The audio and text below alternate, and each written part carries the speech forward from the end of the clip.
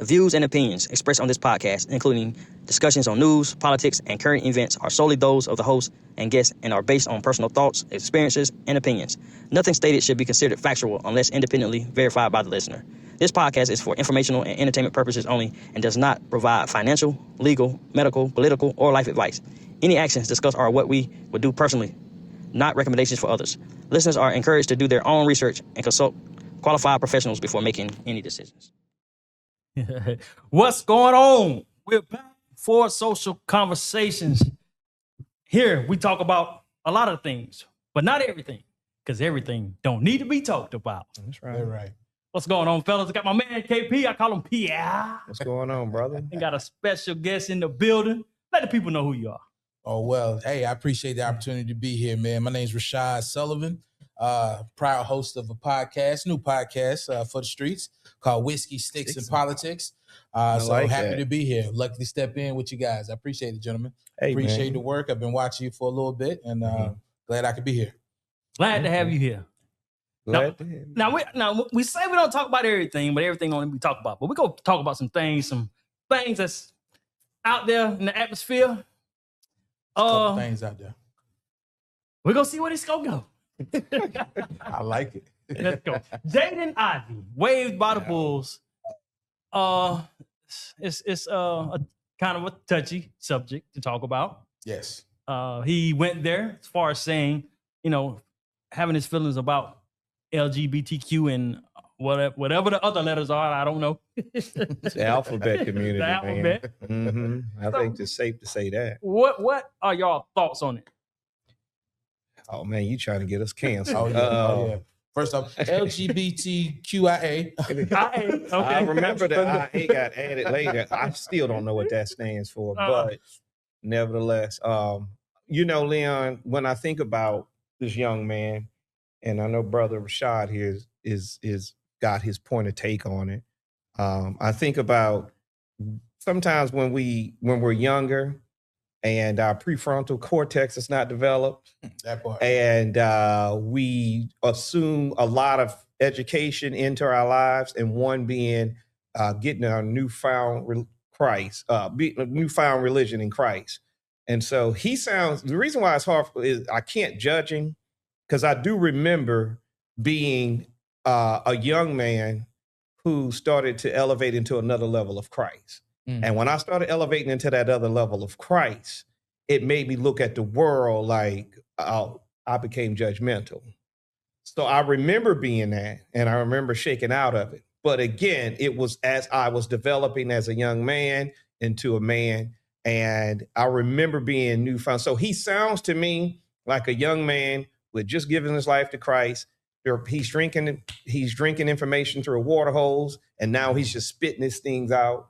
And I think that he is not thinking about it before he say it, but we should appreciate original thought, though, right? Yes.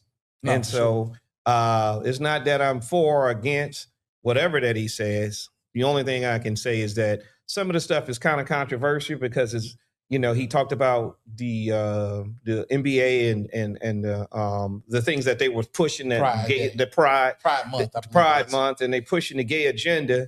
And then he talked about, I think some of the stuff he talked about, like the Catholic religion or something like that in his talk, which is ironic because his mama is a coach at Notre Dame, which is a Catholic school. But I'm not gonna go into that. But Rashad, I mean, what happened with this dude, man? Oh no, it's I appreciate you bringing up that viewpoint as somebody that's obviously. I was baptized at 16, so very familiar with that story as far as like growing in Christ. Yeah. There was one thing that stood out to me, probably about 5 or 6 years ago, as far as like what we called to do, and it just stuck with me. Say we called to love, you know what I mean? True. And so that's my stance as far as my matriculation in Christ. Like I'm called to love, so I'm not in judgment of the LGBTQIA community. Whether it's, Pride Month or Black History Month or Irish History Month, Women's History Month, it's about visibility and creating a space for love. So I don't have a heaven or a hell to put nobody in. You feel me? As I'm learning more and more about, try to be a true ally, I just kind of keep that in the front of my mind, just knowing that I was called to love. So that's how I feel about the community. But Jaden Ivey, like you said, if this is recent for him, he's coming from a place, like you said, he's drinking from a water hose, and he just may have said something ahead of schedule, just in the sense of, like, this is really on the heels of the Magic City situation, right? They was going to do Magic City. Yeah, they canceled. No, he did a Substack. I believe is what it was. He did a Substack talking about how, hey, we probably shouldn't do the Magic City Monday thing. So totally understandable. And so Jaden Ivey, he wanted to give his point of view. I hate it for the young man, because had he thought about it, he might have been able to avoid his current situation being waived by the team, and making a comment like that, just, and knowing that the person that runs the league that you play in is part of that community. It just wasn't smart. It definitely wasn't a good business. Yeah, it wasn't, man. As he's learning, the Bible says, "And all you're getting gives some understanding." It also says, the Bible says, a wise man seeks wise counsel. Yes. And when you're becoming your new creature in Christ, and if you're not around some wise counsel, you're gonna say some dumb stuff. Right. Like you said, obviously he could be coached up. I hope it's not over for the young man, right? I hope he's not done. I don't know how old he is, or like how much time he would even be in the league from this point. But if if there's anything that could be done, right, maybe there's some people from the community that need to reach out and just sit down. Like, it should be on both sides, right? Everybody's got to learn how to deal with the other person. Not both sides, like there's good people on both sides. Not like that, but just from a standpoint of he's not, in a situation where he understands people in that community, obviously, or hasn't built his love out to be accepting to that. And if he comes across more people in his life and just kind of have that dialogue, I don't think he's lost. He's just kind of maybe just in a position right now where he's learned, like you said, learning a lot and just got real strong feelings up front. Rashad, you said something about like the community reach out. You notice, I'm not going to push back, but you notice that whenever the alphabet community is offended, right? I've never seen where the community ambassadors reach out to the person who said thing and say, hey, let's sit down, let's talk. Let me educate you. Let me show you a lighter side of this. And that way you can have better talking points and you could better understand us so that you could better understand it. I've never seen that, because if you say something about Jewish community, at least a rabbi, someone's going to want to sit you down, like same thing they did. Well, we'll get into Nick Cannon in a minute, but he had to sit down with a couple of the Jewish rabbis, just like anybody. Like Kyrie had to sit down with a couple of Jewish rabbis. But I noticed with this community that when someone says something offensive, that they don't care. Whereas you said the first thing was like to love, right? And I know that a lot of gay people are full of love because they're human to me. So they're full of love too. But have you ever noticed that they extended that love to have a loving conversation of dialogue? I've never seen it. I have seen it. I've seen it. There's a guy that I listen to. His name's Clay Kane. He has a show on Sirius XM. Now I know Clay Kane. And so Clay Kane he's a proud gay man. Yes. Right. And I have to say, me interacting with him has kind of helped mold my point of view and bring me closer to allyship. That's a good point. But Clay Kane, he's somebody that brings up that topic on his show a lot. He does. And he encourages that dialogue. And he doesn't jump down your throat because you come wrong. It depends on maybe how far left you come can determine maybe what his response will be. But usually, even when people come in, say they take a wrong half step, the way he corrects a person, I've seen it be very amicable. Rashad, you are so right. Thank you for bringing that to my attention, because you're 1,000,000% right. I'm feel good just hearing. No, keep cooking, man. Because you're right. I have seen it, but I didn't put that in my thought process because I listened to him on the radio. Yeah. And the way he handled the callers, you're right. He don't just the thing that I can say is this: when I see an interaction between a straight, let's just say heterosexual man, and let's just say a gay man, right? And normally when the heterosexual man state his stance, the first thing that the gay man says that, well, you're ignorant. and that you lose. Now we can't have a meaningful conversation. Right. So that's why I don't say anything, because I don't know if it's a conditioned response, but they'll always say you're ignorant. And then I would just push back. How does that make a person ignorant? But Clay King does not do that. You're absolutely right, brother. I think what happens is it's just like a lot of stuff on social media. Unfortunately, the stuff that goes viral are the comments and takes for the loud and wrong. The loud and wrong. Apparently, it's their takes that goes viral, right? Right. We don't have a lot of Clay Kings that people are running into, in their everyday to day. They're running into somebody, not even say that, they just wrong in their approach as far as like the conversation. But they're where they are in their walk, right? And they probably just got some more living to do, right? But I will tell you this, though. I agree with you. Let me tell you why I can listen to Clay King more than his name right now. You got a tendency. What is the Omega tendency? Sci-Fi. I had to say that. I'm a proud member of Omega Sci-Fi. And please know that Omega Sci-Fi is the name of the fraternity. And I appreciate it. He obviously showed he had a wealth of knowledge on it. But yes, get the man's name right. Clay King. Yes, I do have a history. And what Rashad is talking about in one of the podcast episodes, I was loud and wrong, as he said earlier. I was murdering the name. I was murdering that name. Now, he looked like Stephen A. He got more hair than Stephen A. I know, yeah. and he reached out to me, and he thought that I was doing a bit off of Stephen A, because I think Stephen A do it on purpose. I thought you was to build it on purpose. Right, you thought I was doing it on purpose. And I wish I could say it was on purpose than ignorance. So it was really on ignorance. So I appreciate you for checking me, just like you're doing it right now. What did I say wrong? Oh, Clay King. It's a tongue twister, and I listen to him every day. But what I will say is, what makes Clay more palatable to me is he is not in your face with it. Like, let's just say like a funky, what's that? Funky dot Evil. Yeah, you notice that.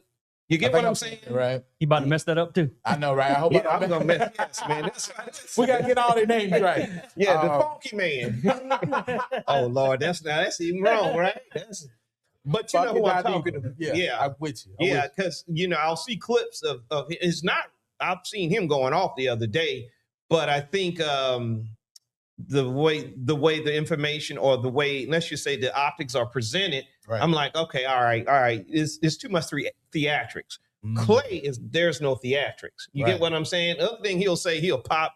What do you say? Pop, drop, and spinning. Pop, dipping, and spinning. Pop, dipping, and spinning.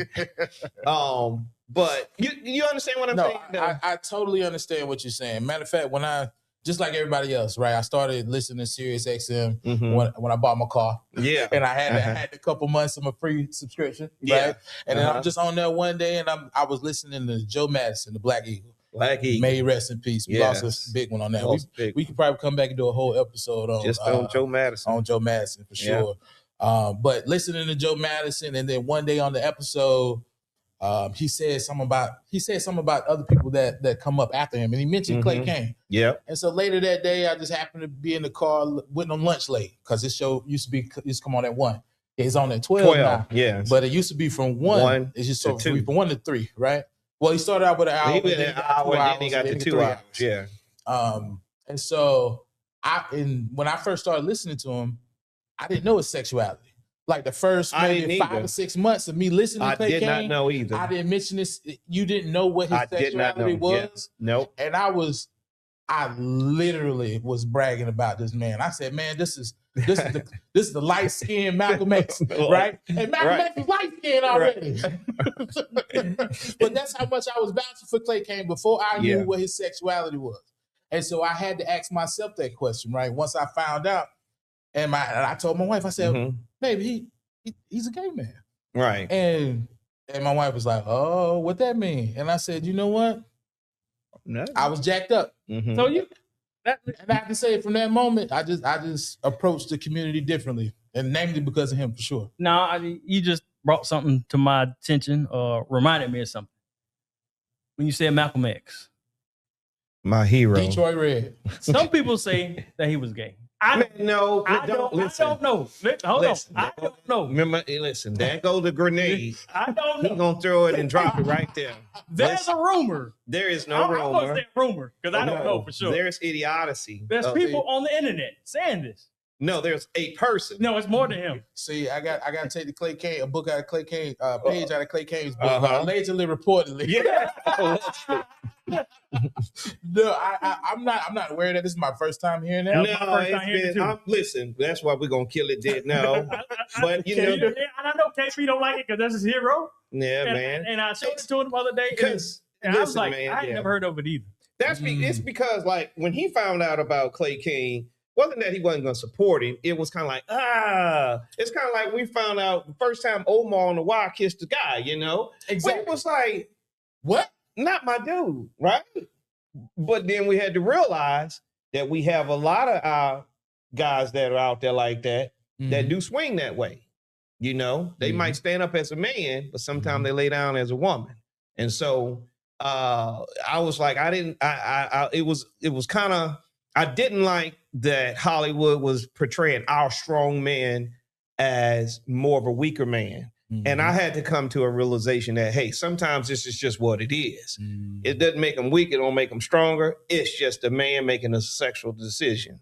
And so I had to come around to some of that, you know. And I'm still, you know, I still have my stance, but so you don't think there's a possibility that Malcolm X could have been the same way? You coming back? I was trying to go off and get away from that, man.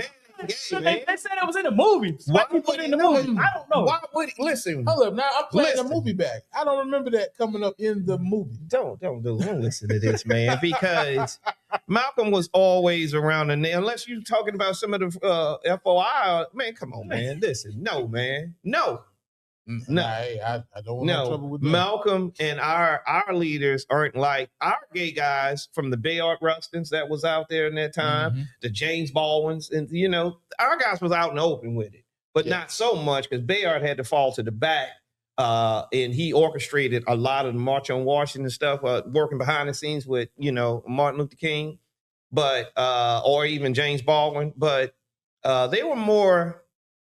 You know, they were in the opening, but they were behind the scenes. Right. It's interesting that you brought that up. I didn't like the movie, the Bayard Rustin movie that recently came out. I didn't know how I felt about the way they portrayed him. They just made it seem like it was like a deviancy almost. Yeah. Like he couldn't help himself. Yes. Like, why did they just make I stopped watching it. Like, why? There's so many ways that you could have portrayed how he fell in love. I just didn't understand why they had to make it look like that, where it could have just been...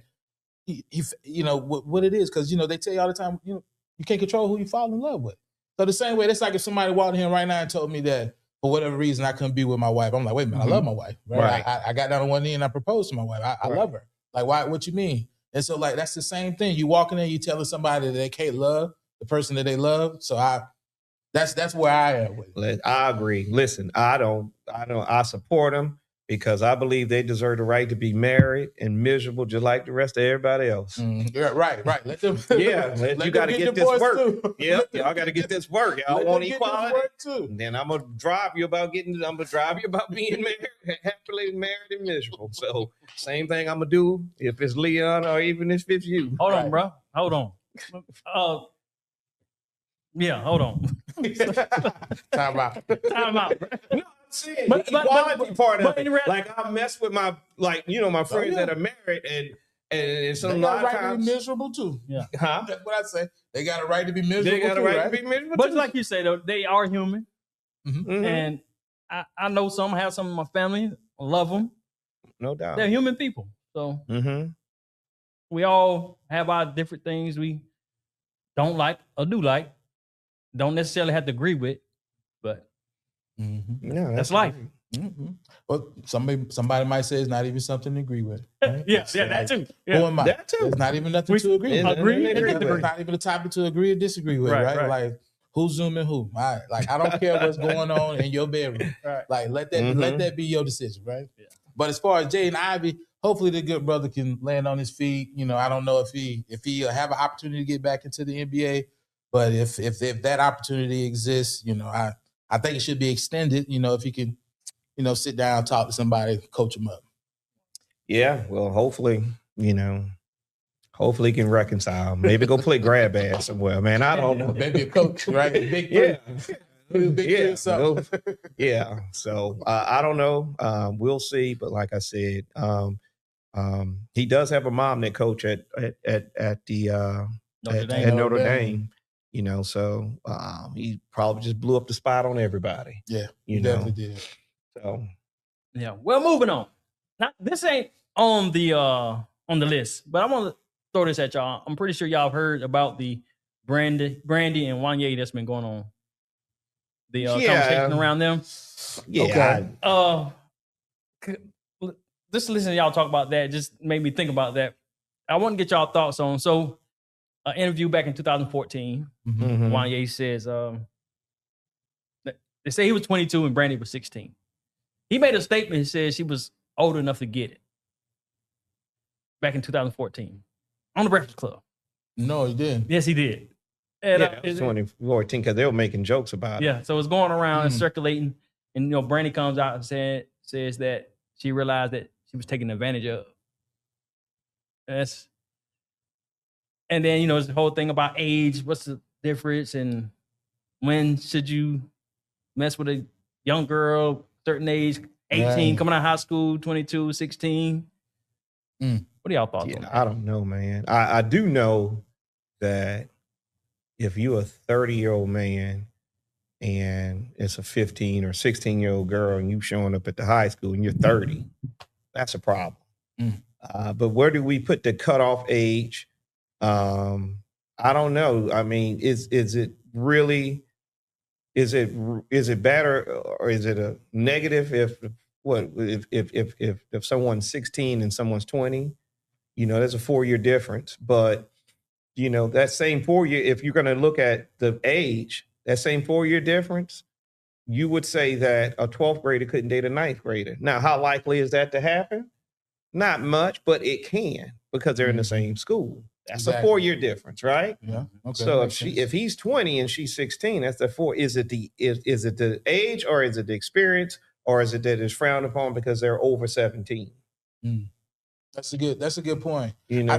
My initial thoughts on it, just kind of hearing it, it's like it hurts you, right? Because Wanya, he's a man, he can be married man, family, living his life, and then something like that come up on you, like it's gonna be hard to get work after that. You feel me? Like with Brandy saying that I could have been taken advantage of, like that's a lot of mud to be slung after the fact. Right. Like it's really. Like he can't really go back and, detail the day-to-day and kind of map out, well, we were dating, this how it happened or whatever.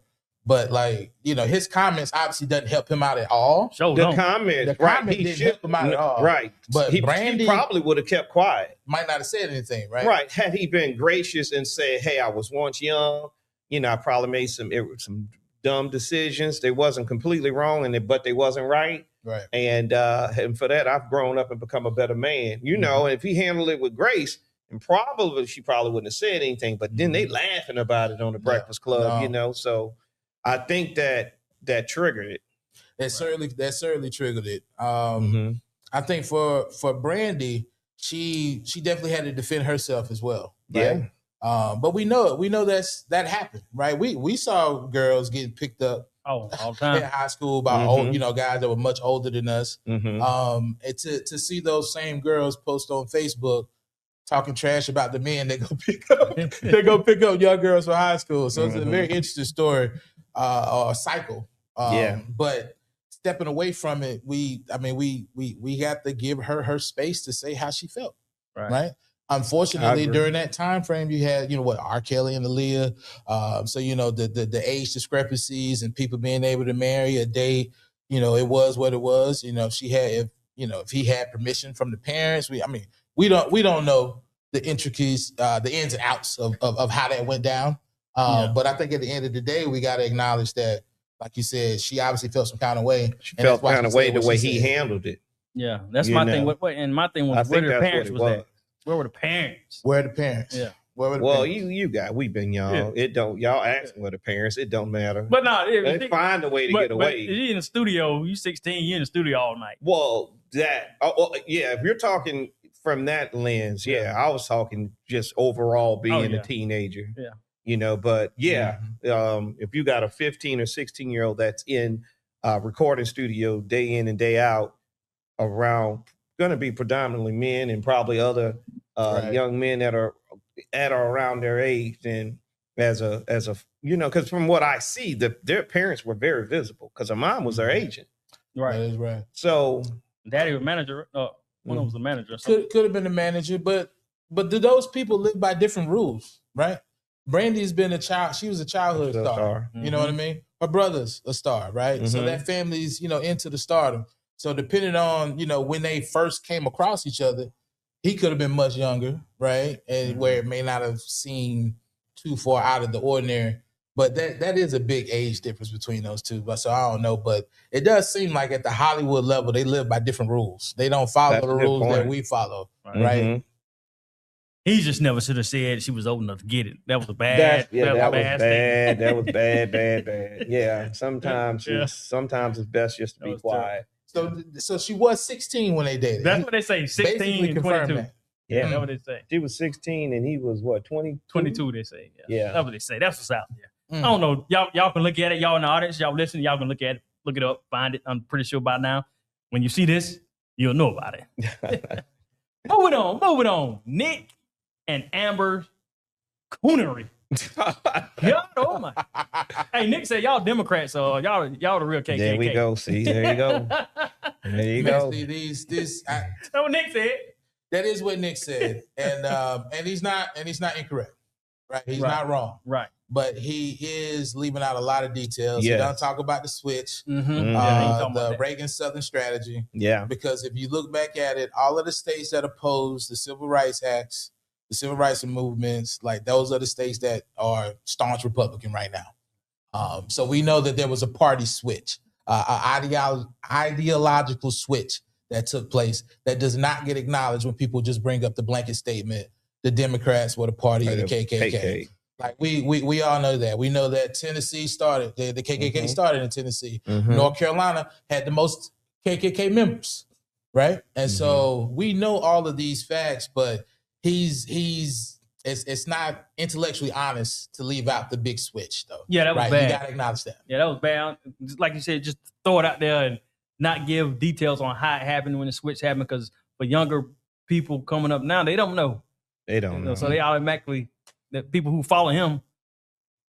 Yeah, he's reckless. It's reckless. I mean, I'm not going to address the Amber because you are. No, man. Sometimes you got to let a coon be a coon, right? On that one. Nick, go ahead. I'm sorry. My apologies. I was going to say with Amber, why is she relevant, right? She doesn't identify with being black. Exactly. But the comment that she made was, Democrats don't care about black people. So which is it, Amber? Which is it, Amber? Which is it? Right. Yeah.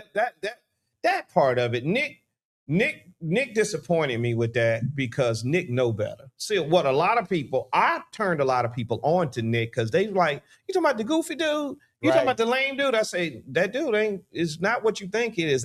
He's doing a lot of that is an act. I was like, but he's very intellectual. He's very well read. Just went to Howard, graduated from Howard, right? He went to Howard, man, and he come up under Dr. Greg Carr. Yes. Yeah, and matter of fact, how I was brought to Greg Carr, Dr. Greg Carr, was through Nick Cannon. Oh wow! When he was doing Cannon's class, when he was on campus, he was doing it like in a library or something. And he called it Cannon's class, and there was a few episodes. And he did a couple episodes with Greg Carr and Angela Rye one time. And then he's done one with Natalie. I can't think of her name. She was an author. She wrote that book. I can't even think of what it is. Natalie. We'll drop the link. Yeah, I forget what it was. But Nick, and I learned a lot watching Nick. And I did not know how well read he was. And I watched him having an interview with KRS-One. And KRS-One is a really deep thinking guy. Oh yeah. And him and KRS was going at it, man. And that interview was What's going on? I hope that you are enjoying this episode, but I wanted to take the time out to ask you to please subscribe to the podcast. I've noticed that a lot of people are watching but are not subscribed. Make sure you subscribe, like, share, and don't forget to hit the notification bell. That way you won't miss an episode when it's aired or about to air.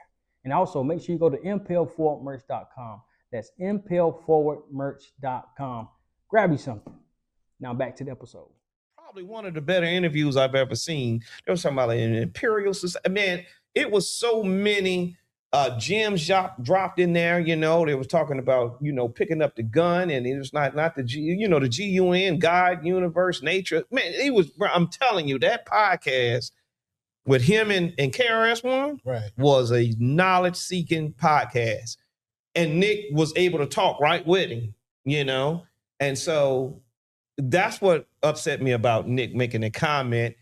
What I've come to learn by listening to Urban View, you know, Dr. Greg Carr comes on there Wednesday, Thursdays, and Fridays. Right. Well, he was able to come on there because I was waiting to hear what he had to say because him and Nick is cool. And he said in confidentiality, he's not going to talk about it. But, you know, the more the show went on, the more he said, right? And in so many words, it was like, oh, Mr. Cannon, you should be quiet.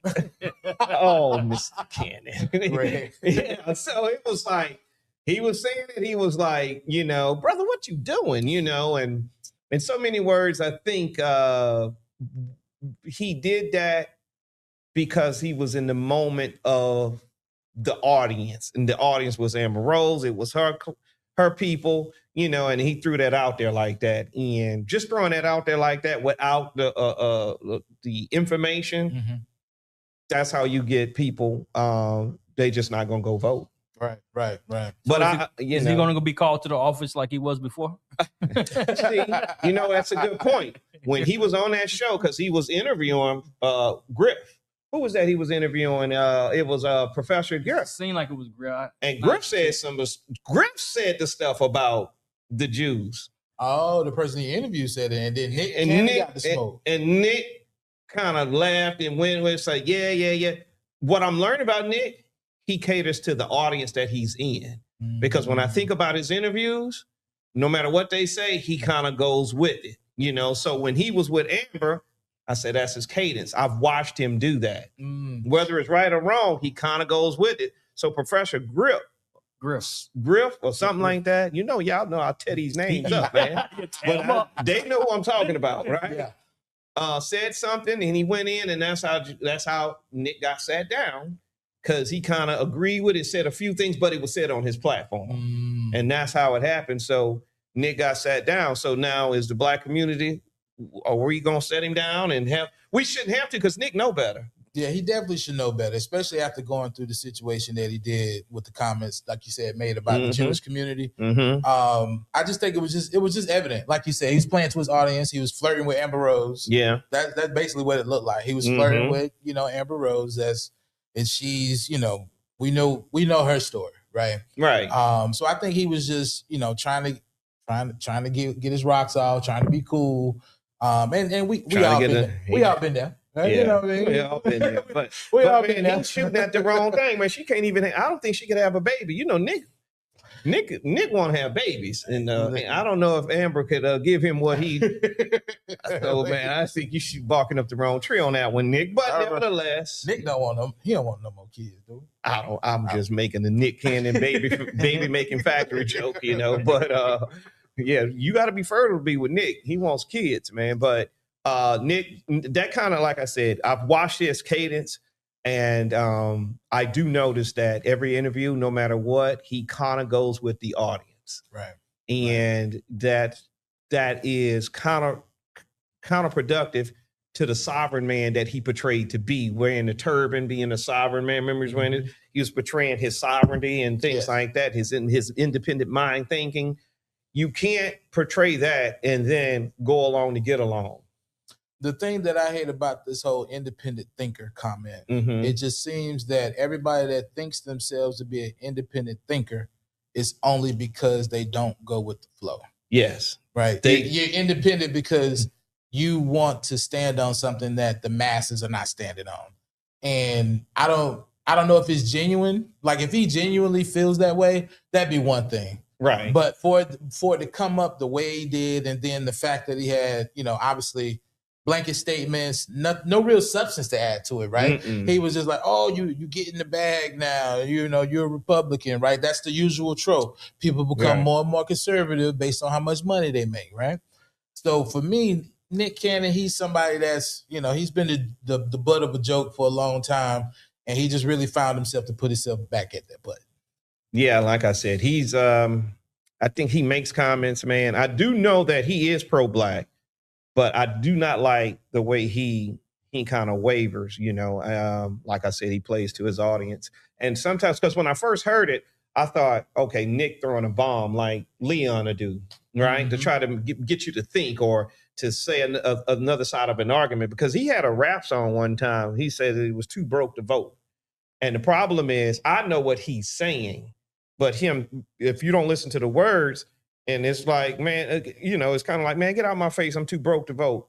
I get it, because you have, if you're in an urban community, let's just say a black community, and you robbing Peter to pay Paul. Sure. You've got kids, you have your wife, you have all this going on, and the man's giving you problems at the job, and you just trying to survive. And here comes Brother X up to say, hey, man, are you registered to vote? Man, if you don't get out my goddamn face, I'm too broke to be. That's what Nick was portraying. I'm too broke to vote, right? But really the subplay on it is that's probably why you should, so that things can change. Yes. So that's the Nick I know, and so it's thought-provoking. No, it is. It definitely very thought-provoking, even when you think about like his career, right? You may say, oh, Nick Cannon was corny, but he had a rap album. My man had been in a couple movies that did very well. Well. Drumline, still one of my favorites. Drumline came out the year before I came to college. So that. So you went there with that? No, Drumline came out my freshman year. Okay. I saw it in the movie theater. Okay. I had like premiere tickets to go see it, right? Okay. I was, had a friend on the band. So they actually had the bands watch before it dropped or whatnot. So no, that was cool. But no, Nick Cannon, he's somebody that's had that career, somebody that we could definitely respect. If my kid was like, oh, I want to be like Nick Cannon, that's not nothing that I would be upset about. But like listening to what he says, it's just not him. Another situation where he's not understanding the gravity of what he says is, it stinks. It stinks because we got to clean it up. Because you're right, there'll be some young kid that doesn't have context. He's going to hear Democrats started the KKK, right? And then I'm on Twitter. My mama died calling it Twitter, so I'm gonna call it Twitter. I'm on Twitter, and the first thing I see is somebody, the Democrats started the KKK, and then the little funny music in the background. The little when they about to get deep, and I'm like, here we go. Yeah, I mean, we can go further into that, but I didn't want to take up too much time on it. But like I said, man, between Nick and I don't even count Amber and Chilli Trump. Oh wow! Really, I was that's where it was going to turn. Thankfully, I don't think a lot of people are taking their political cues from Amber Rose and Nick Cannon. But when you do mention Chilli, right? She said she didn't mean to do it. No. What you mean she didn't mean to see? She didn't mean to share. The donations? She didn't mean the donations? She didn't mean to share the donations? No. She didn't mean to share the post? She tried. No. She didn't mean for her donation history to be shared. That's what she didn't. Like, one thing about the internet it's undefeated. It's got receipts. The first thing she should have not done was said that she didn't understand. She said it didn't say anything about Trump. She said she didn't read the fine print instead. And I'm like, so 30 years, wasn't you motherfuckers in Pebbles' office because y'all didn't read the contract? So you ain't learned nothing. They ain't learned nothing. You ain't learned nothing at all. Read the fine print. What I was about to say. I'm like, so you didn't learn. Ain't y'all to read the fine print again? Right. I saw the movie. I saw y'all show up in Pebbles' office with the bat because of the contract. And you mean tell me 30 years later you didn't learn nothing? No. That was a lie because some of the things she gave to was some of Ted Cruz stuff. Where it didn't have veterans or nothing in it. Right. You know what I mean? Right. for me, don't play in my face, right? Right. If you are MAGA or if you support Donald Trump, you support whomever you support, Do you stand on it? Mm-hmm. Like, don't come and lie to me and be like, oh, I didn't know what I was given to, or I didn't mean to post it. But when they look at it, you follow a lot of these right-wing That's what sites. they did. And you they said went that, and looked yeah. at like you're commenting on right-wing stuff. You're in that vacuum. And you're in it, and she was the All Lives Matter people. Yes. You know, she was All Lives Matter. She made the comment. I don't get it, Rashad. I don't get it. I don't get this Black MAGA stuff. We should have knew when she was upset that somebody called her dark skin or somebody called her chocolate or something like that, and she was mad about that. See, so she been telling us. There's a colorist angle. Right, she been telling us. T-Boz told her. There was a playback from an interview that T-Boz did, and they was talking about the election. The guy had mentioned something about who he voted for and not vote for Donald Trump, and T-Boz go, my group mate did. Voted for him. Wow. Oh, wow. Yeah. And this was back in 2018, I believe the clip had come from. So T-Boz been trying to let us know. She been let us know. They've been kind of throwing it out there. Left out in here no more. So who was she talking about? Right. Well, if we do process elimination. But one person she could have been talking about. Yeah, man. I tell you what, she that thing is and she is supported by the 92%. I thought she's supported by the 92% and the 80%. 80%. She's supported by it, and she just like. Well, I think the 80 might bump up to 100. Hey man, she thought she was. No, I know what Rashad's saying. Like, yeah, I think all the brothers might be on board. Yeah, I think all of them. At some point in time, she had 100% of black. Yeah, she had 100% of black men. Yeah, so Y'all wasn't supposed to know that. She thought she was creeping. She thought she was creeping. Y'all Look at him with the joke. Right. Yeah. But no, the thing about that though is like, for me, my aesthetic of beauty doesn't match the normal beauty standard, right? I've always loved dark-skinned women. So when people come to me with the whole colorist thing, I don't even know where to put that. Like that's just never been my lane. And to know that one of our first crushes, like a beautiful, brown-skinned woman, didn't like the fact of being brown-skinned. That threw me off. That threw me for a loop. Yeah, I hate the whole light-skinned, dark-skinned conversation. I hate that too, man. I do. They talk about Willie Lynch, but he ain't exist. But that might be a different pod. I won't muddy it up. Yeah, man. They mess up all our crushes. You know what? Don't worry. I'm just not going to even get into it. But but I hear that the sales of the concert are plummeting. I hate that for them because I love Salt and Pepper. I don't know nothing against them. I even heard Spinderella's supposed to be on the tour. Yeah. And then you got, T-Boz. T-Boz like, why am I in it? Right. Why am I in it? And then who else supposed to be on the tour? Is it En Vogue. En Vogue. Who doesn't love En Vogue? Yeah, man, but giving him something he can feel. You can tell me you don't remember that video. Oh no, I remember that video when that video came out. That was one. There are certain videos that you'll never forget. That's something you can feel. Tip drill. Yes. Look at it. Here come one of our sponsors about to say something. The views expressed on this show does not reflect. That's what that will be at the beginning of the episode. Well, moving on that note. Your boy, I'm gonna say your boy. Well, Nick's boy. Can I say Nick's boy? Trump addressed the nation. Man, he all our boy. We need him to be successful. He my boy until he out of office. So, is that a true statement? I mean, is that how you feel? Yeah. I need the president to be successful. Okay. I'm a member of the United States. Okay. So whatever they doing needs to work.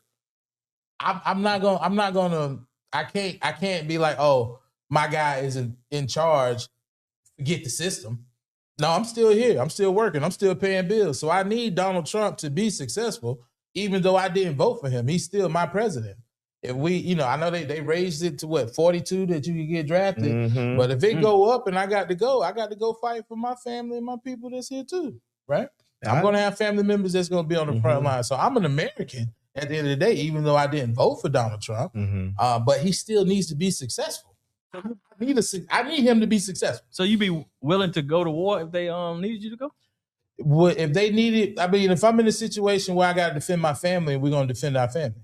You would do the same thing. You would do the same thing, right? Well, me and KP had this conversation. No, I'm going to jail. That's the conversation. I'm refusing. I'm like, man, I was over talking, so I'm like, F y'all, F that. No, I ain't going over that. Well, you got to understand from which like me and my son, we had a conversation today from a follow-up conversation he and I had, but everybody knows Malcolm. You know, Malcolm X is one of my heroes, but you also know I carry around my hero, Muhammad Ali, and how he carried himself, you know. And he refused induction at the height of his career where he was 27. They took the best years from his brother, but he was standing on business before it was a stand on business thing, you know. It was a thing. And I respect what you're saying because I know where you're coming from, and I understand why you're saying it. Obviously, I will never leave this country to go and fight another country. That's my I would never do it. Now, if they are approaching the homeland and someone is showing up on the outskirts of Wilmington Beach and they're storming that beach and coming in, I got to take up arms at this point, right? That would be me defending my family, but not me defending this country. I'm not going to fight for this country under no circumstances, on no thing, because it will be just like going to, I can't get behind some soft hand dude, man. You know what I'm saying? These dudes wouldn't bust a grape in the fruit fight. And I'm going to go fight for them. I mean, they're my command. Like Trump ain't never had, plus this man with 5 deferments. His granddad came over here because he was running from the war in Germany. You get what I'm saying? He come from a history of cowards, and he's leading a nation of one of the strongest militaries, and that's why he's being bombastic, talking like that, because he's the guy. He your homeboy. Ain't got no hands. Ain't gonna fight nobody but a girl. But he's steady running his mouth, right? And that's Trump. He ain't gonna fight nobody but who? He only beat women. He's only beat women. And so, no, we're talking about politically. We're not talking he about. Allegedly lost. He allegedly won the 2024 election. Is that what you mean? No, I'm talking about politically, beating Hillary and beating Kamala. He's on, and so he come from a long line of cowards. I'm never going to fight for him. I'm never going to let someone Pete, his own mama, says he ain't shit. Hexel. I'm not going to, no. These guys don't know what they're talking about. They're mismanaging all this thing. And so my stance is, I feel what you're saying and I respect it, but I'm never going to fight for this. I'm never, ever, ever, never going to sign up to fight for this country, but I'll fight for my family. Right. In this country. But sending me to another country to oppose other people's, when I can't get the same national freedoms and like Ali said, for me not to able to, I'm going to go fight for liberation of others when we don't have it completely here. We have some liberations because we fought for it. Yes, but there's another line that we got to cross and to advance our freedom. So so for me, no, no, and I don't know. I it's not that I want the military. I don't want the military to fail because those are our brothers. But you remember how they voted, right? We do. We do. They voted for it. They voted for it. Yeah. So no, I don't disagree with that point of view, and I appreciate you sharing that because that is a probably more framed as far as where I was thinking, right? All right, okay. I definitely wasn't thinking like, oh, I'm gonna be on the ship storming the beach of Normandy. Like I would be, the local guard. Like, all right, man, listen. When they come here, right? Because that's one of the things that we've enjoyed being U.S. citizens. We haven't had conflict on our soil, right? Since Pearl Harbor, right? That's really like the last time or the only time anything's kind of happened here outside of like the Civil War, Revolutionary War, that type of thing. So us not having to go through that, we have a different, I guess, walk in the world because there's places, a lot of other places, they're war torn, right? And they've been war torn for a long time. Well, they're only war torn because they i.e. maybe in a civil war, or the U.S. is over there effing with these people. That's the problem. We could be the reason for that. That's my point. So that's the point I'm making. I'm tired of, I do not represent what no matter who's the president, one of the policies, I do not like America's foreign policy. Because when people were, when Obama was in there, I was like, yeah, there's some things, I've named some things on the podcast and things that I was not totally happy about Obama, and I can say that. Right. But one thing I'm going to always be against is Americans' foreign policy. Their foreign policy is to go over there and dictate and cause mutinies and coups in different countries, and we have to overthrow. And the reasons that they give where they have to go in there and get like Maduro, and we experiencing that shit here. Exactly. Overthrow yourself. And so I hate that the United States feel that they could be the police in the world. I hate the fact that they believe that they can be bullies. I do not like a bully. And I see the United States representing itself as a bully on a shiny hill. We're the greatest. We're this. No one can touch our military might. I don't like that. Excuse me. I do not like that. And sometimes I want to see them get punched in the mouth, because bring yourself down and leave people alone. I do want us to leave people alone. I definitely want us to pull back, kind of like the president said last night. I'm going to leave people that's got to do business in the Strait of Hormuz to take care of the Strait of Hormuz. He threw his hands up last night. Yeah, I ain't got nothing else to do with it. After he done mucked it up. And with him being the reason that it is the way that it is. He the whole reason.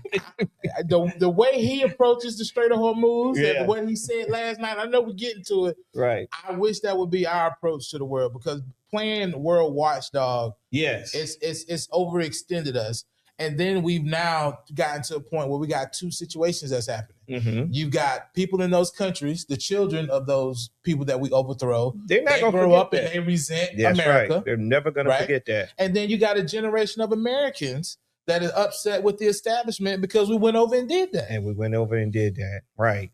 And my hope is, and there was a long letter that the president from Iran's penned to America. It was a long letter right before Trump went on. And it's a long letter. I read it. But to summarize it, he was kind of like, hey, y'all stop believing what your government said. We know that. The 80% know that this MF is lying, right? We know that. And he said, these are lies and fabrications. And we never started this, and we were not the aggressor. And we have, and as a nation, they have never attacked anyone, only protected themselves. Right. And they were talking about that we do wish the American people well, but your leaders are lying to you. And it was some other stuff. I mean, like I said, it was a long thing, and it wasn't conciliatory type of letter, like, hey, we give up. It was kind of like, we gonna listen. I guess they probably hearing some of the voices that from us, some black faces, some white faces are saying, we don't agree with this. And they're trying to appeal to us. Like, hey, we kind of hearing you, but we still going to defend our land.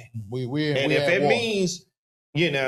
it means that, that we have to, cause some deaths, then that's what we're going to, because we're just defending ourselves. And so, well, according to the president, that's what we signed up for. That's what you signed up for. Oh, I know if it was me and I was 42, you'll find me on the weight pile and cutting hair. There you go. There you go. I'm going to jail, man. Listen, I'm going to choose jail for 200, Alex, because guarantee you, some of my cousins are there. I'm going to be good. Well, I hope this definitely lights a fire under the disaffected voter. Right? Yeah. Like, there's people that didn't have anything on the line. Something's on the line now, because you can now get drafted and have to go fight for the people that are in charge and make these decisions that control your life. And I didn't want that to be a reality. I didn't want that to be the thing. But I gotta say, like, I don't know how I feel about it. Like, I'm kind of glad. Glad of what? That they reinstituting the draft. Really? If you don't like it, vote.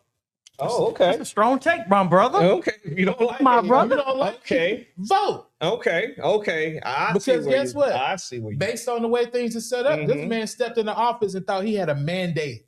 Yes. They literally said that for the first That's 80 days after the election. They said the man had a mandate. So if this is what y'all voted for, congratulations. You played yourself.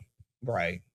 Good point. Now vote. Mm-hmm. If you don't want to go to war, you don't want to get drafted at 19, right? Just getting to college, might be getting your first piece of tail. Now you got to go put a gun in your hand. Can't buy a case of beer. Now you're gonna be on the ship. Congratulations. You're gonna be on the ship with 500 men. You played yourself. Yeah. I listen. I get it. I hate for that had to be the thing, but as I look at it in totality, I think I am glad that they have reinstituted the vote up to age 42. Up to age 42. Mm. They increased the age in which they can get you. Now I turned 43 this year. No, okay, so you out the window. Okay, all right. You sound like the one that's a Republican. You getting your bag now, huh? But you turn your back. I'm Amber Rose now. Oh, Lord, I thought Amber Rose on me. No, man, no. But honestly, like, you know, and that's like I tell everybody, the reason I wanted to get into the podcast lane was to try to make the conversation plain so that people that didn't participate know that they have a stake and they got to participate. And if you telling me that the fact that you could be called and have to go down depending on your birthday to go fight on the front lines in somebody's war, and now you don't care who in charge, right? Yeah, right. And those ones say Democrats and Republicans are the same bird. Oh man, they're the same, right? I got smoke for them, but I guess not today. But. And the thing is about that, like, so wait a minute. So you say you don't think they are the same bird? Well, no, they're not the same in terms of party movement. Okay, but no, you clearly one is for the 1% and what they say smaller government, but smaller government means you having less ability to move upward mobility. And then the Democrats, I don't agree with everything that they do, but at least you know they're not trying to take anything away from anybody. Right. They're trying to enhance this. They're trying to do this. And you can actually petition them. You can actually say, hey, we don't agree. Hey, we need more funding for schools. You can actually petition them. When the Republicans get there, you can't talk to them. They'll say, we're not hearing it. Right. You can't push them to do nothing. Think about it. What was happening when Joe Biden was president and the stuff was going down in Gaza? You had campus-wide riots at all of these big PWIs all over the country. Yep. Gaza is a hole in the ground right now. Iran has been attacked, and I've not heard a peep. Not damn student. They on were that damn campus, nowhere. Them same Gaza Palestinian arguments when Kamala was trying to have her bruh, help me understand why people are still running into Kamala's book tour. Yes, talking about some Gaza. She told you. Please help me understand. Make that make sense to me. It's never going to make sense. It's upsetting because she's not even president, right? And they're still bomb rushing her speeches. They're pulling up on her, and I'm like, why not talk to the person that's currently president? She gave you her stance as well. She's believing the two-state solution is going to kind of work with them. Right. She gave you what her stance was going to be, but you're still protesting her. Trump said, I'm just going to let Israel finish the job. You're not going to protest him? It was beachfront property. Beachfront property. Beachfront property. That's what Jared Kushner in that dead man suit say. Beachfront property. But where are they now? And they were the cause of causing so much disruption at Kamala's rallies, and they were just causing all this dysfunction. And where are they now? So that's why I don't take them people serious, man. Yeah, they'll riot, they'll protest against Democrats, but when Republicans in office, they're silent. There's no mass protest. Do they care about Gaza now? Where are the people that stood up for Gaza? And the thing is, a lot of stuff backfired. I got a little smoke for Tlaib. She was talking about withhold your vote. And my thing is this, man, some of that carried over into the general. It sure did. a lot of that carried over into the general. Because she had, is that a tool that you can use withholding your vote when it comes to politics? Absolutely. Should we have maybe been smarter about when and the timing on how we placed it? Right. That part Right. for me. But there was obvious carryover when you told these people not to vote for them in the primaries. Like they kept with that, right? Yep. And then you see that 90 million people stayed home. Right. 90 million. 90 million less people voted from 2020 to 2024.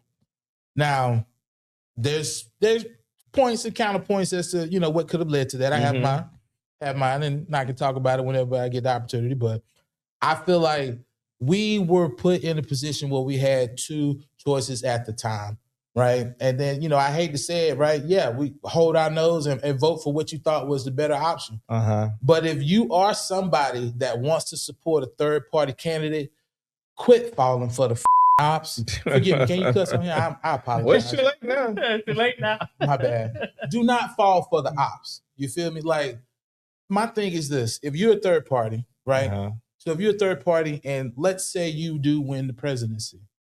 So now you're a third-party candidate, but everybody in the Senate is part of the two other parties. Everybody in the House is part of the other two parties. That's why everybody in the judiciary was appointed by the people in the two other parties.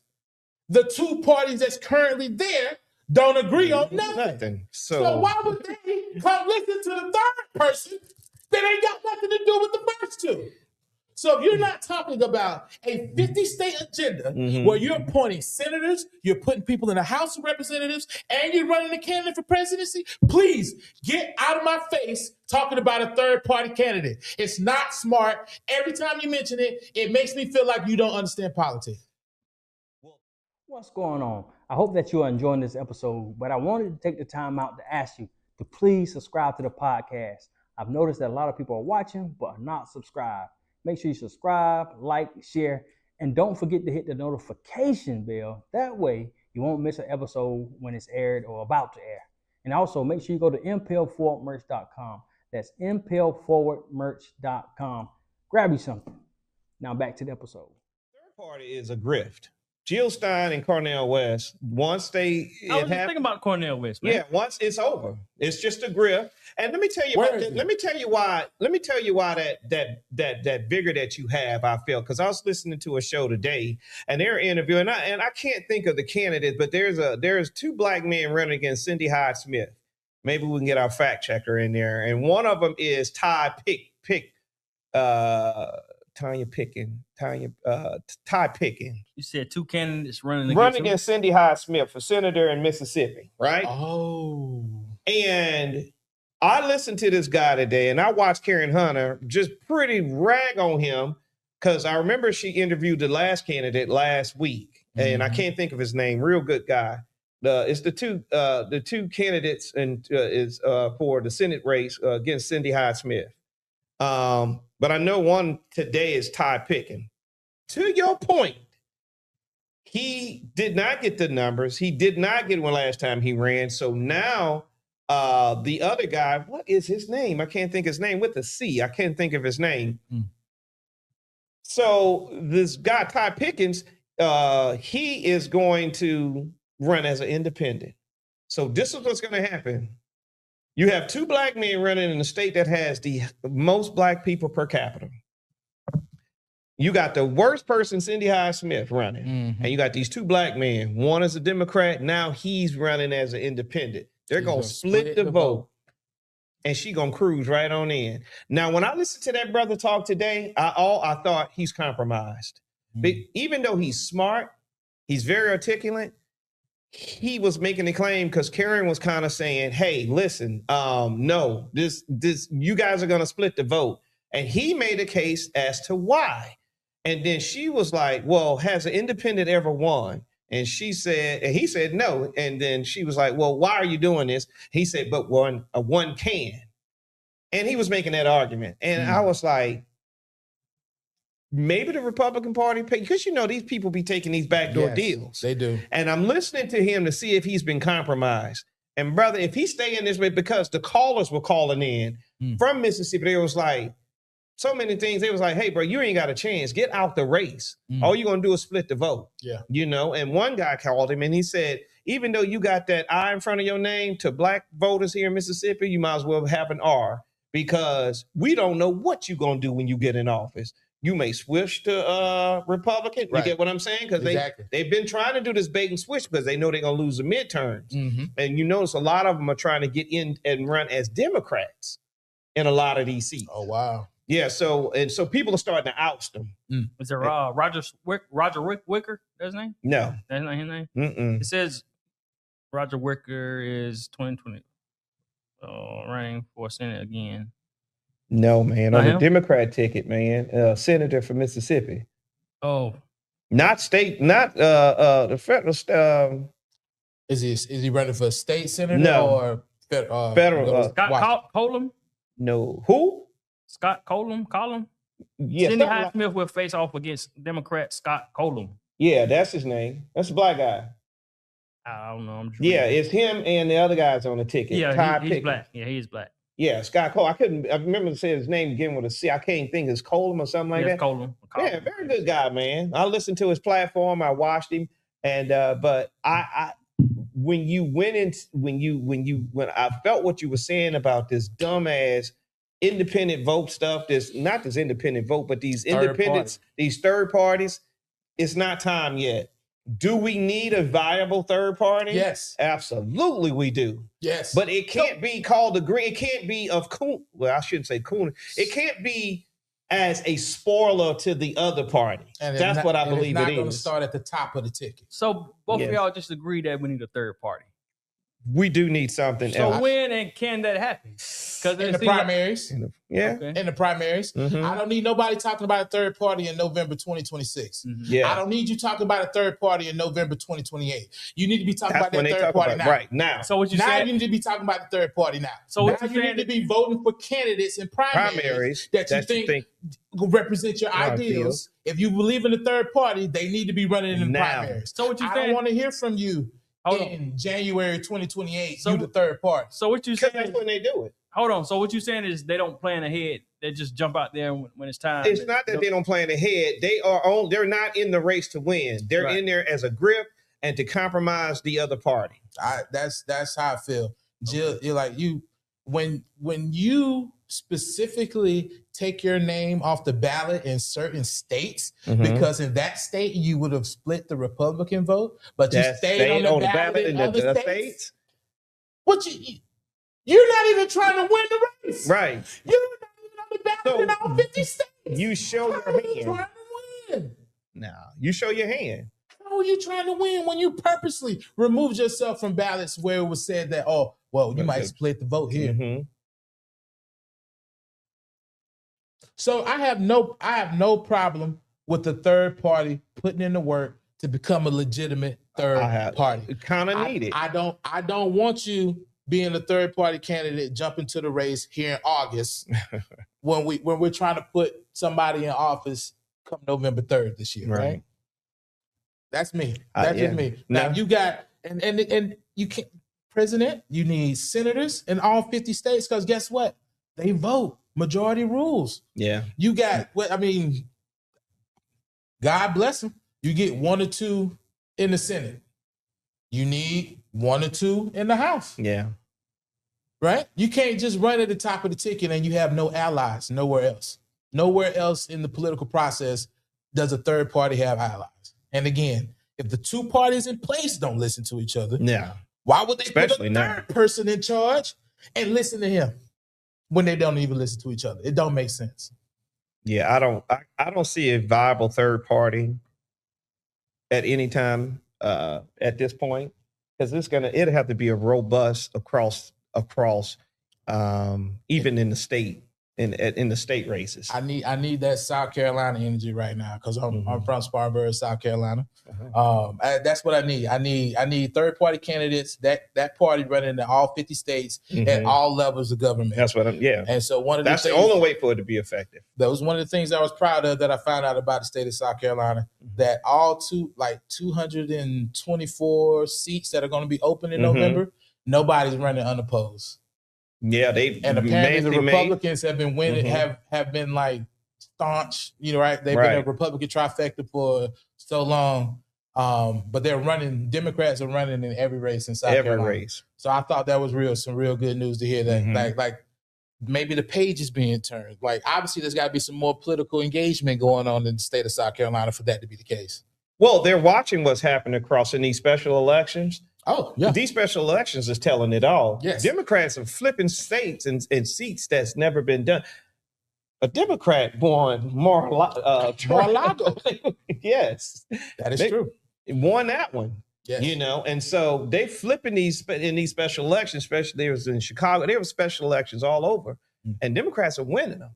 And so that's why I said they know they're going to lose if we were able to have an election.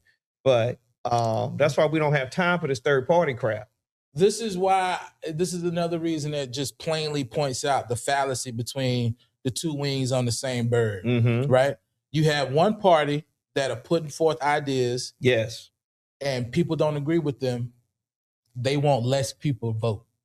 Right. That ought to tell you everything. Right. Or here's a concept. Legislate policy that more people in the country benefit from, right, and get more votes. Yeah. Not remove people from the voter rolls. I want less input on what we're about to do. There's only one party looking for less input. There's only one party talking about birthright citizenship, wanting people to prove that they're an American. And this is something that's going to come back and bite us off. It sounds like you need to start that third party. My brother. A third party, it has its place and it is needed. It's needed, but it's I might be with Karen Hunter with the party of Lincoln. Right. I'm down with registering as a Republican and voting in the primaries. Yeah. They've heard me talk about that. I was just about to say that's what KP said. I'm definitely down with doing that. Because you can't change nothing from the outside. No, you can't change. But what I ended up doing was have very conservative ideas. Mostly. Like I think most people, if you ask them, hey man, do you want to pay for everybody dinner here in the restaurant? Like, no, I'm gonna just pay for me and my girl. Why I gotta pay for everybody? Like most people conservative value. Most people feel that, right? They just like I think black people we may be, I think we're fiscally conservative, but socially progressive, right? I agree with that. I think women and children need assistance, right? I do. I think Republican and Democrat, you probably disagree on how much assistance they get. But I think at the end of the day, if a baby's hungry, we all would say feed the baby. Feed the baby. And then from there, we just differ probably on, how much or how long we feed the baby. Well, how long you think Jesus would feed the baby? That's the question. Party of evangelicals. Well, they said 70 times 70. Are you going to count that? 70 times 70, right? That's that. That was the point of that response, right? That parable. But speaking of babies, I guess this ties into birthright citizenship. I guess it could. What are your thoughts on birthright citizenship? Well, birthright citizenship, that came into place right after slavery ended, right? That verified an entire worker class that was just given their freedom, right? And so court cases were coming up, with Plessy versus Ferguson, right? We were not considered citizens, right? The laws on the books, right? We were 3/5 a person. Wait. Yeah. Wait, hold on before you. No, Plessy versus Ferguson was in 1898. You're talking about Dred Scott. Dred Scott, yes. Yeah. Forget it. Yeah. Right, there you go. Fact check on the spot. No, I didn't want you. I don't want nobody to come get me. I don't want nobody. No, not because getting you is getting me. Right. No, But we know that was the basically they had to find out what to do with this population of people that was sitting in their country, that they were just enslaved, right? And given their freedom. So when birthright citizenship obviously gives us our state to claim right here in the United States. I can say I'm a Black American because I was born here, right? And essentially, that's literally what that was the difference, right? You were born on this soil. That's what made you an American. So if anybody trying to undo that, you can't be for the team. I just don't see how you trying to undo birthright citizenship. Well, there was oral arguments. What's today? Thursday. So it was yesterday. Yesterday. And obviously, the selector general, Trump's person, was making his case. And to my surprise, listening to some of the oral arguments, I thought those 6 that Trump had in the bag, may not be in the bag. I don't think they're gonna go for this craziness that Trump and his team is trying to challenge him, because what it is, he wrote an executive order January 20th. The first day he was there was overturning or addressing the birthright citizenship, trying to get the 14th Amendment. But you know what's so crazy to me, man? It's is when you look at the people that they just got here. Some of them are first or second generation. Some came here in the early 1900s. And it's like, hell, I think Trump daddy, his grandfather came here in 1904, and his daddy was born in 1905. He became a citizen through birthright. Anchor baby. Yes. Or even Barron Trump. Yes. She gave birth to him before she was a citizen. Before she got her citizenship. Was this before or after the genius visa? No, she had the genius. She was a genius already. She was a genius already. Yeah, she was she came here on a and this, I guess, for the chick. She came here on that Einstein visa, and which says that you can contribute. You guys can look it up. And I'm still trying to see the genius in her, or the Einstein ability. Obviously, we know what that was for and why she was here, what she was good at. And it had allegedly, reportedly. So I just think about it, and I try to look at it that way. And I'm saying that these people are hypocritical, but they don't care, because they come from, even though they gave us the slave Bible, they also had a Bible, and it was, and in their Bible, it says rules for thee and not for me. So Trump's grandfather came over from Germany in 1885. Avoiding war. Avoiding war. Yeah, he came over here once and then he left. Okay. And then he came here to avoid war. He came here to avoid war. Went back to try to Germany and Pravina. I think that's where they're from. Pravina, one of them. He went back to Bavaria. Right. He went back. And they were like, "Oh no, you left during the war. You no longer a citizen." So he had to come back over here. At the time, his then grandmother was pregnant with his father. And so they, like I said, they are a nation of cowards and a nation of anchor babies. Yeah, so that's where they come from anyway. You mentioned the executive order that he signed. That's just somebody that just doesn't understand the political process or how legislation works. Because if you knew anything about the Constitution, you would know that an executive order can't change the Constitution. Right. You need 2/3 of the states to ratify the Constitution. Good luck with that. Yeah. If you want to do it, just you can do it. There is a vehicle for you to have done. You can do everything that you want to do. But you got to get 2/3 of the states to ratify the Constitution. Yeah, and that's not going to happen because people are not with it, because the language is plain, it's set. You can't overdo it. They're attacking the jurisdiction thereof. That's the line they're attacking. Yeah. And they trying to attack that line because even if they win, they haven't even thought, because it's in administration. They haven't even thought through the process if they do win. Because the guy asked him, I think it was Gorsuch asked him about, well, what about the Native Americans? Would that be considered birthright? And then he was like, we hadn't thought that far ahead. It's what? It's like, what? It's in the name. Native. They're sovereign. So I looked at this birthright citizenship, and like I said, they're after this jurisdiction of thereof. And I don't quite get it 100%. And there's another element that they're arguing, which is domicile. And which is not the only reason why you keep hearing this thing domicile, because it's not in the Constitution. It was attached to somewhere, I think it was the late 1800s, one of these it was a man from China. What they had a case. What is that case? Wong Kong Ark or something like that. Basically, he was born here. Okay. He left, went to China. When he came back, they said, you're not a citizen. And that's where that domicile language came from in that case, because it kept showing up. And they're trying to invoke that in the domicile versus allegiance. So what they're trying to say is you have to be domiciled here to be an American citizen. You cannot have an allegiance to another country and say that you're docile here. Those two can't conflate. That's the arguments they're trying to make. Although it's going to fall flat on its face because it's not Constitution, but because it showed up in that case, that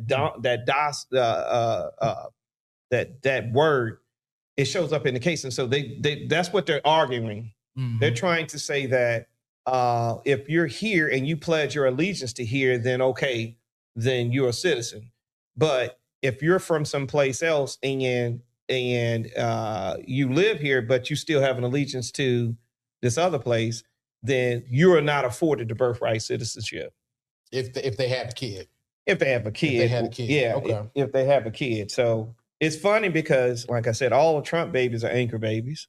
So the question that pops into my brain is dual citizenship. Are you just saying that are they going to just not allow dual citizenship anymore? Because we have countries, thank God, right? They've come out and asked us, called us back home, so to speak, right? Ghana, one of the main ones, right? Ghana doing the thing, doing their big one on the big scene here recently, last week, right?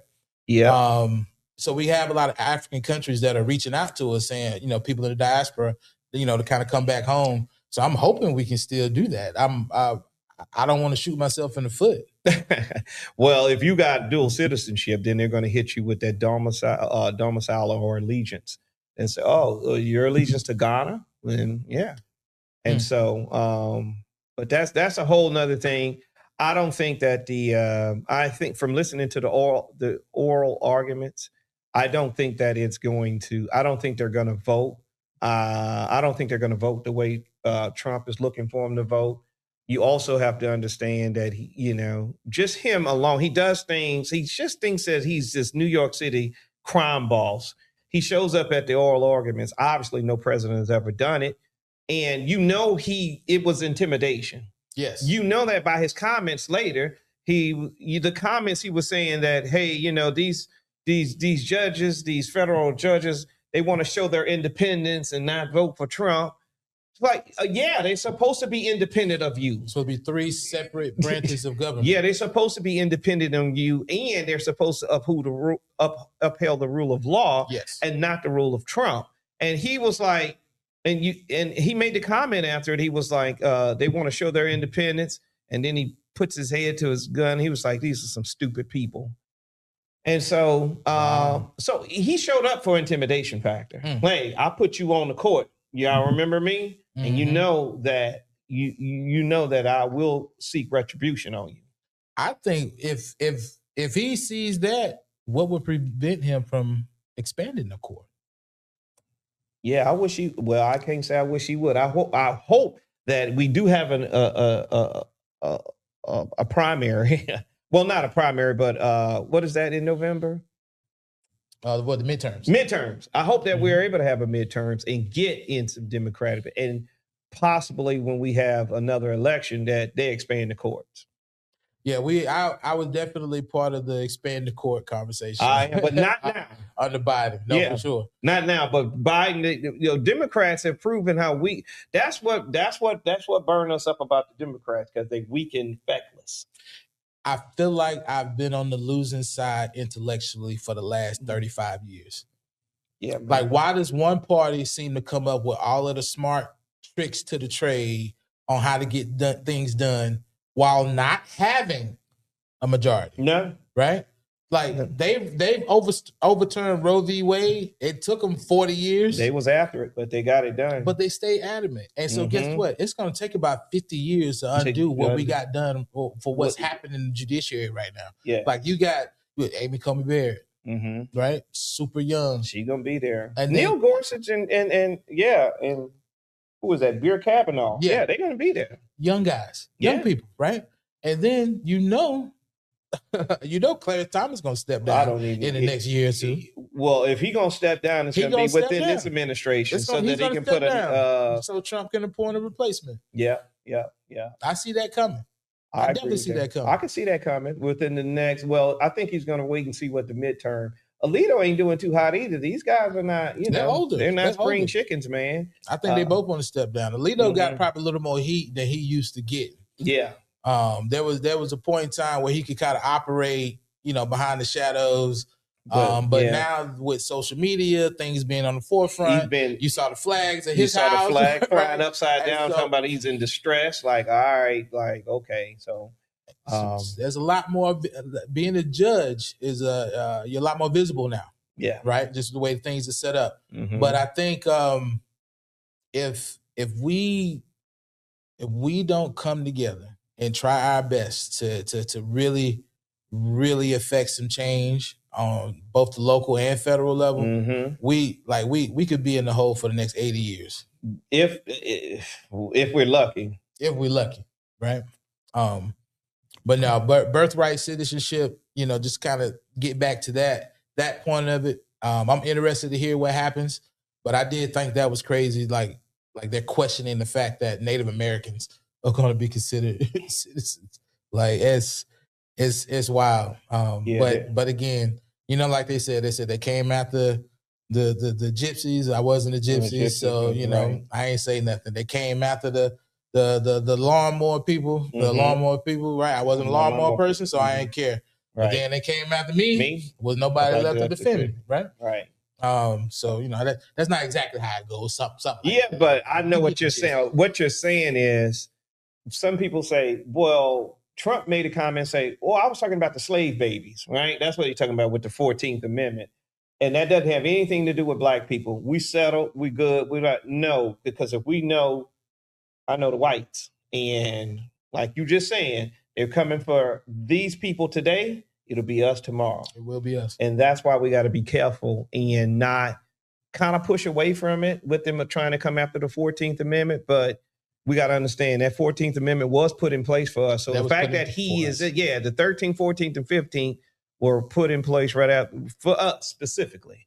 And so if someone's tampering with something that was directly for you, that means they are going to come for you at some point, And so my man Ellie Mistal said that they coming for us too. I like Ellie, man. Yeah, smart brother. Yeah, very smart brother. So I think we tackled a lot of it. The only thing that we didn't address, because we probably 2 hours in, is probably the UN resolution that Ghana came and addressed the UN, and they all voted, that slavery was the gravest crime against humanity. Yes, I think this is obviously going to give leeway for a lot of, like, at some point somebody's going to be able to use that and get a case moved forward, a little further than where they have been going, right? This is the start. I don't think this will be the end of it. But so we're getting reparations. This dude here, now he sprouted up, you guys. If y'all could see what we see him in the background doing. What's Scooby-Doo say? I don't know about the reparations. I don't know about the reparations and how soon that'll be, but I think we've taken steps in the right direction. It's not a lot to say that we know, the countries that voted against it. Right, we know where they were coming from. Oh, what, Venezuela, Israel, and United States? No, it was Argentina. Argentina, excuse me, not Venezuela. Yeah, Venezuela. They got a lot going on down there. But before, if you know anything about Argentina, you would, that's where all the Nazis fled. This is where the Nazis. That's where they fled, and so it's not uncommon. Not only that, they got $20 billion of our money. Remember Trump? We did. Yeah. Remember bail out their economy? His buddy. So obviously their vote was bought and paid for, and we know what Israel's going to say. So no surprises there. But you did have 123 countries. The whole Caribbean, a lot of the African nations, well, all African, it was only the European nations that abstained. Yeah, right. So that was like, yeah, no. That's what they were saying. Like, yeah, we kind of agree, but no. So it wasn't a hard no. It was kind of like they went third party. That is very well put. They went third party, but speaking of dual citizenship, when you was like Trump's your president, man, if I had dual citizenship right now, I would be saying, well, John Mahama is my president. I like because they are open the doors for us to have a dual citizenship there in Ghana. But I wish I could say that, man. I wish I could say, well, man, Trump's yours when John Mahama is mine, because, man, he was, I don't like how he was done at Lincoln, though. Lincoln University was back in November. That's how you can tell that some of these HBCUs, man, pissed me off. But John Mahama, he ended up speaking at Temple. That's when you saw him being addressed about about what he said at the UN. Right. But also he was supposed to get an honorary doctorate at Lincoln. Mm-hmm. And you can tell maybe some pressure, maybe some donor or somebody, because his security team was there a week before, securing the place in, wasn't it? Yeah, so they hadn't made a decision, and then all of a sudden they rescinded.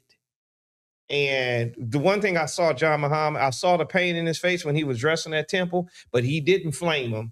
And he said there will be no separation of Ghana and Lincoln University, for there is a connection that can't be broken.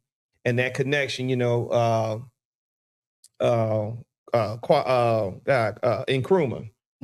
Kwame Nkrumah, was their first president. And he studied at Lincoln. Oh, yeah. And so that's why he said, you know what, no matter what decision they made, Ghana and that a relationship between Ghana and Lincoln is going to be forever etched, because of that college gave them Kwame Nkrumah. And so, for them, Kwame Nkrumah is like the forever president, and I get it, but I didn't like the way Lincoln did that. Yeah, that's very interesting that you have that. There's when you have HBCUs and they're being run by people that are not of the HBCU that part cloth, you get different decisions being made. But like Ghana's like what Ghana, there's just gonna be, me going to HBCU. I'm always gonna have love for my HBCUs, but just like anything, we can want stuff to be better and done differently. So I definitely would have liked that to have happened differently, for sure. Yeah. So, well, there you have it. You have it. It's been a good one. Mm-hmm. Y'all got all your thoughts out, and I hope y'all enjoyed this episode of the Forward Social Conversations, where we talk about a lot of things, but not everything, because everything don't need to be talked about. Stay tuned for the next episode. We out. We out. We out.